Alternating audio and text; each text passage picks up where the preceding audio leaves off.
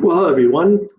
This short presentation should allow us to understand what are some of the reports that we'll be facing as we are considering our closeout and what are some of our data sources. So let's start with the type of data sources that maybe be looking at. Well, there's really around 7 of them we're going to be looking at, and this list may not be comprehensive, but it will allow us to at least understand when I refer to a particular type of report, what it is, who it's intended for, and then what's the purpose of. So what we have here is the final evaluation report. We have the final performance report. We have the internal reflection. We have the adaptive management briefs. We've got our data we need for our Feed the Future DEIS. We also have our government reportings and activities. Now, this presentation will not go into great detail on the government reports, but at least I wanted to highlight those as we move forward. So the final evaluation and impact assessment probably is the area where I've seen the most confusion, and it's totally understandable. The fact is the impact assessment is intended to be a product primarily for the USAID mail unit. It's to help determine the level of resilience that has been built, and it is being managed by Tango and USAID. So USAID was supposed to do the baseline for the 2 projects for livelihoods for resilience, CARE and CRS, but instead they reallocated those resources to really do a resilience baseline for the country program, or for the USAID country strategy. So this means that LRO does not actually have a baseline based on our log frames or targets. Instead, USAID contracted them to do the baseline, and the contract was a year late, and therefore the baseline was 1 late, and they also collect on a quarterly basis. So let's just take a look what that means.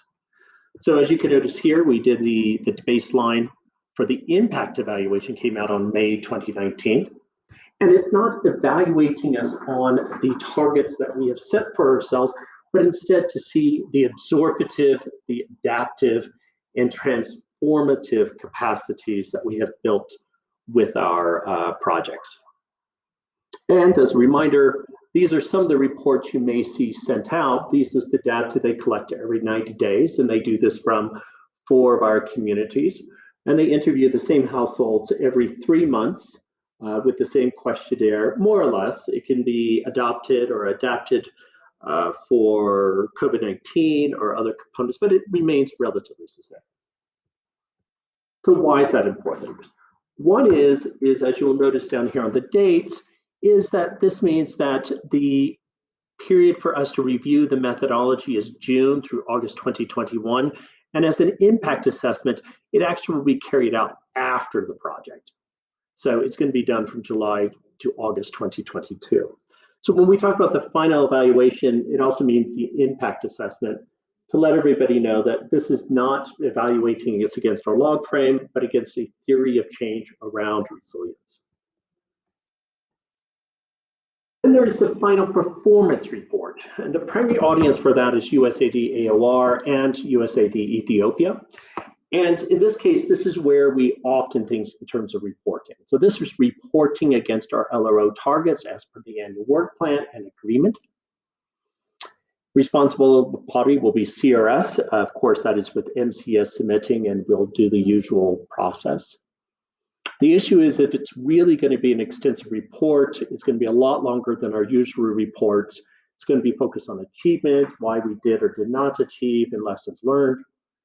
It's supposed to be submitted 90 days after project closeout, but at this time it will be submitted on June 31st, 2021. That means that we are looking at a Q2 report being the equivalent of the first draft of the final performance report, which is due on April 30th, and the final report being due on June 30th, 2021. So note that this is actually the report that's going to report against our LOP targets based on our revised targets under the annual work plan, through the meal plan and the agreement. But We will not be having a final evaluation as we typically think about it. Instead, that will be the impact assessment where I mentioned it will be done by Tango and USAID in 2022.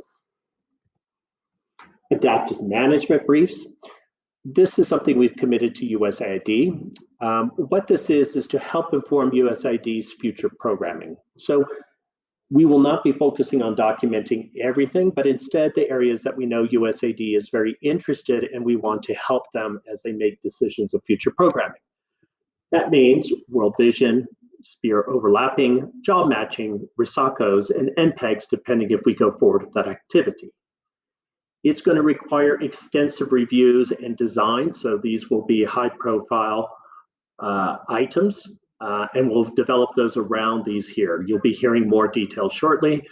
Important dates are really going to be April, May for us to collect that data and put the management briefs together. We also will have an internal reflection / event report. And in that case there, this is really the audiences for CRS and MCS management. It's to help us evaluate the performance of LRO and write a report. And it will be led by CRS.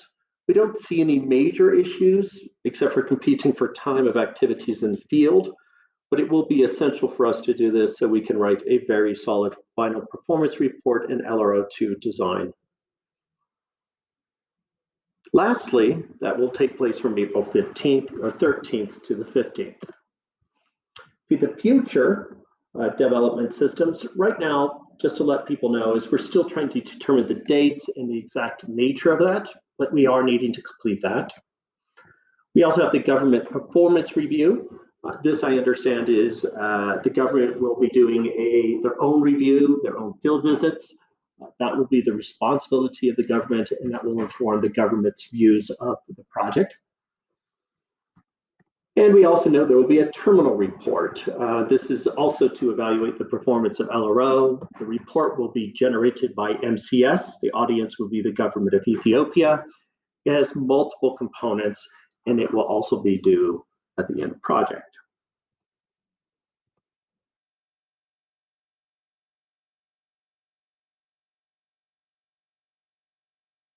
Go back to data now. So for data, we are going to be using a lot of our data. It's going to come from our MIS system. We had set up a database on graduation readiness.